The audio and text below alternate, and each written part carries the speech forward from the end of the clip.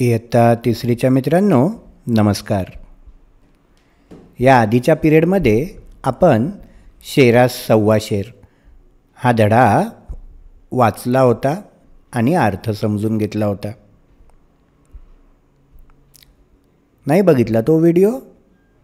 त्याची लिंक मी खाली डिस्क्रिप्शनमध्ये आणि वरती आय बटनवर देत आहे. एकदा बघून घ्या. आज आपण या धड्यावर आधारित काही प्रश्न उत्तरं बघणार आहोत. चला सुरू करूया आजच्या व्हिडिओला. सगळ्यात आधी आपण काही समानार्थी शब्द पाहूयात. शेत. शेत म्हणजे शिवार, वावर. वारा. वारा म्हणजे पवन, अनिल, वात, वायू. आनंद. आनंदचे समानार्थी शब्द हर्ष, मोद, प्रमोद, उल्हास, प्रफुल्ल.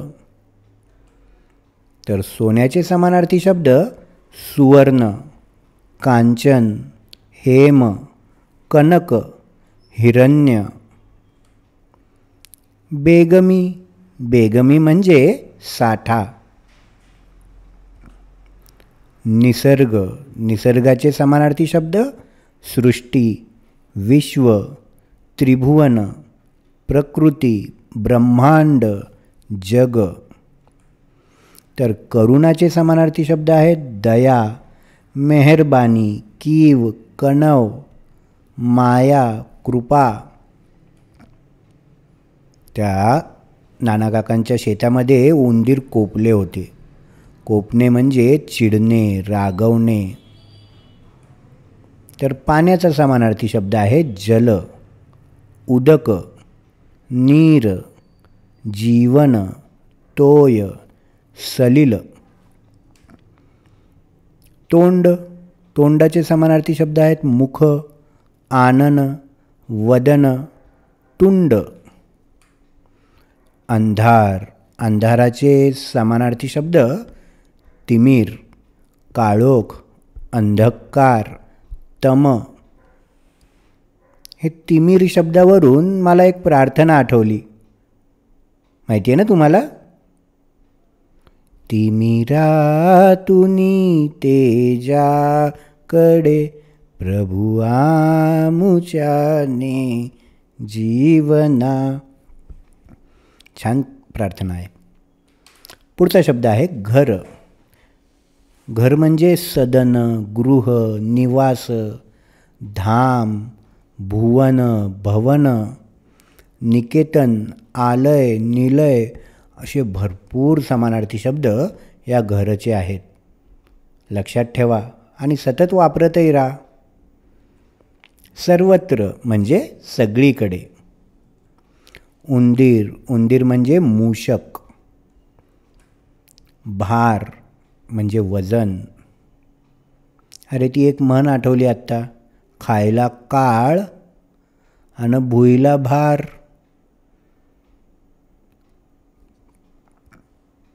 पुढे प्रश्नात वापरू शकता.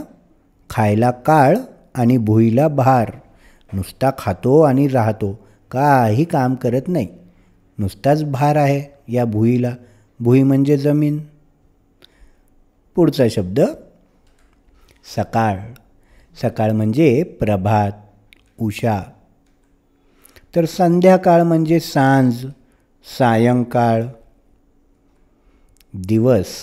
दिवसचा समानार्थी शब्द आहे वार, वासर, दिन.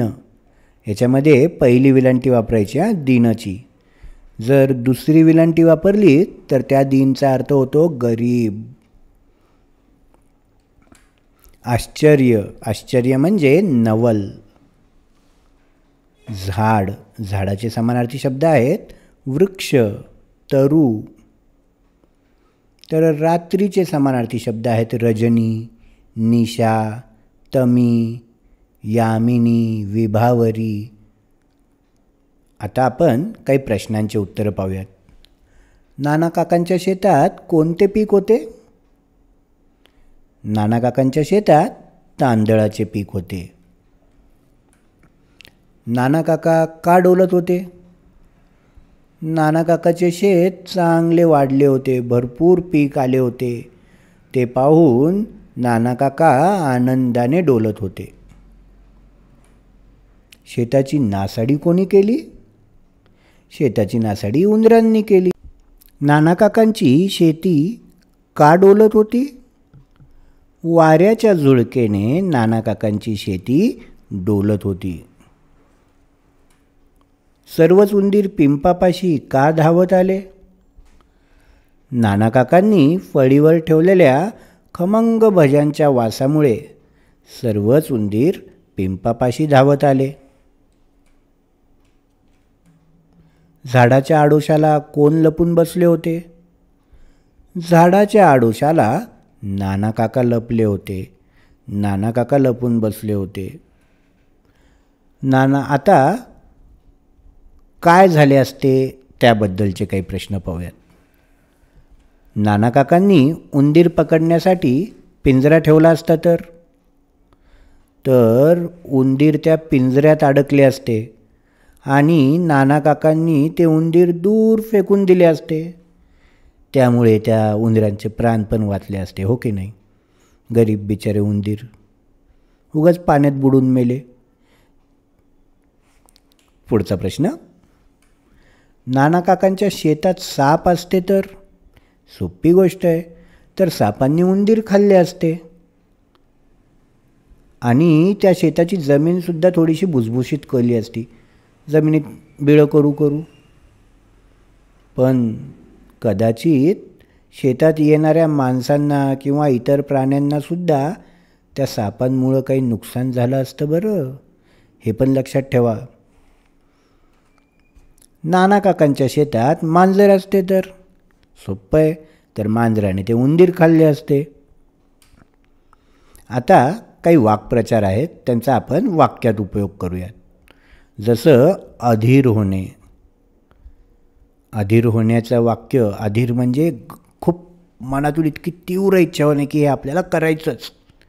तर आपण असं एक वाक्य वाचू की भोला मामाने आणलेले बदामी पेढे खाण्यासाठी लीला अधीर झाली होती. किंवा आईने केलेले छान तुमच्या आवडीचा जर पदार्थ असेल तर तो खाण्यासाठी सुद्धा तुम्ही अधीर होता, बरोबर ना? अभ्यासासाठी पण होत असता का रे असे अधीर तुम्ही? वा वा वा, हुशार मुलं आहात. अभ्यास करण्यासाठी पण अधीर होता. मनापासून ना, का शिक्षकांच्या भीतीने? पुढचा प्रश्न. फस्त करणे. फस्त करणे म्हणजे दिवाळीमध्ये मी सर्व फराळ आवडीने फस्त करतो, संपून टाकतो. पुढचं वाक्य आहे सामसूम होण्याच्याबद्दल. टी व्हीवर भारत पाकिस्तानचा क्रिकेटचा जर सामना सुरू असेल तर सर्व रस्ता सामसूम होतो, शांतता. कूच करणे म्हणजे एखाद्या जागेवर जाणे, एका जागेकडे आक्रमण करणे. एका जागी चोर लपले आहेत हे समजल्यावर पोलिसांनी तिकडे कूच केले. कपाळावर हात मारणे. खूप सोपे गणित चुकल्याचे समजल्यावर मी कपाळावर हात मारला. अगदी सोपं असतं. समजा जर आपण एखादी बेरीज करतोय आणि बेरजेमध्ये 5 आणि 8 किती रे? 5 आणि 8 बरोबर का? 13. मग जर का हातचा द्यायचा असेल तर किती देणार? 1 देणार का 3 देणार? चुकून जर 3 दिला तर कपाळावर हात मारायची वेळ येईल. पुढचं. युक्ती सफल होणे. खेळामध्ये विजय मिळवण्यासाठी मी केलेली युक्ती सफल झाली. आता शेरास सव्वा शेर ही म्हण मी त्या धड्याच्या सुरुवातीलाच सांगितली होती. शेर म्हणजे वाघ नाही हां. शेर म्हणजे ज्याला थोडंसं येतं, थोडंसा. दूध घेतो ना आपण, वस्तू पण पावशेर आणि त्याच्यापेक्षा जास्त सव्वा शेर. मग यांच्यासारख्या अजून काही म्हणी तू ऐकल्यास का? सांगा बरं तुम्ही कोणत्या कोणत्या म्हणी ऐकल्यात? एक मिनिट हां, भरपूर म्हणी आहेत. मी काही केल्या आहेत तयार, त्या घेऊयात. इकडे आड तिकडे विहीर, उथळ पाण्याला खळखळाट फार, ऐकावे जनाचे करावे मनाचे. अरे डबल झाली की रे ही म्हण. ओके. कर नाही त्याला डर कशाला, कामापुरता मामा, गर्वाचे घर खाली. अजून नाचता येईना अंगण वाकडे. अजून कोणत्या म्हणी असतील? चोराच्या मनात चांदणे. भरपूर म्हणी आहेत. गुगलवर सर्च करा. तर अशा पद्धतीने या म्हणी आपण पाहिल्या.